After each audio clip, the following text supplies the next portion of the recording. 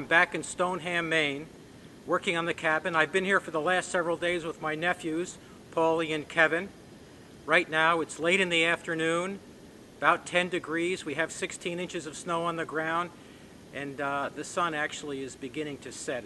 It'll be down in about a half an hour. You can see the lengthened shadows maybe.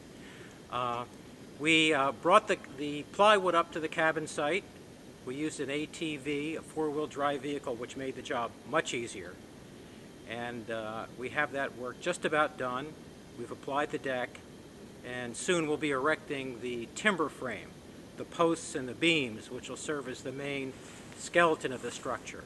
It's the part of the job that I enjoy the most. For those of you just joining in, let me quickly review the project. I'm building a cabin in western Maine.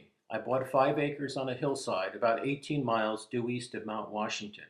We, my brother Paul and I, began in the early fall by putting in a gravel drive as required by the town, and then a path farther up the hill to the knoll where the cabin will sit.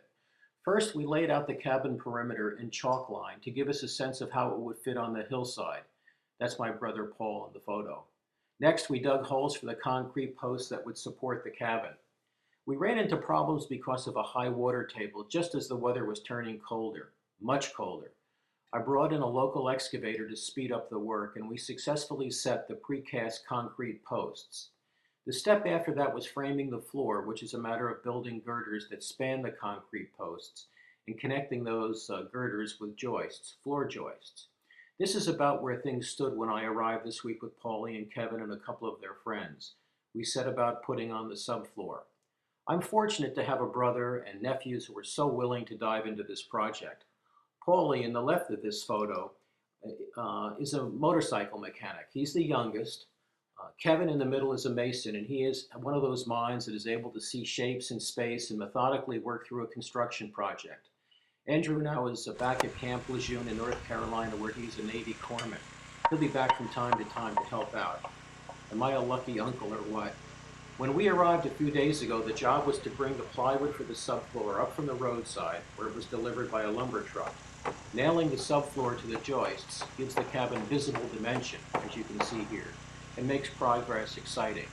The next big step for us is framing the cabin. We are working with 6 by 6 inch white pine posts and beams. Kevin and I couldn't resist, so we put one up to have a look.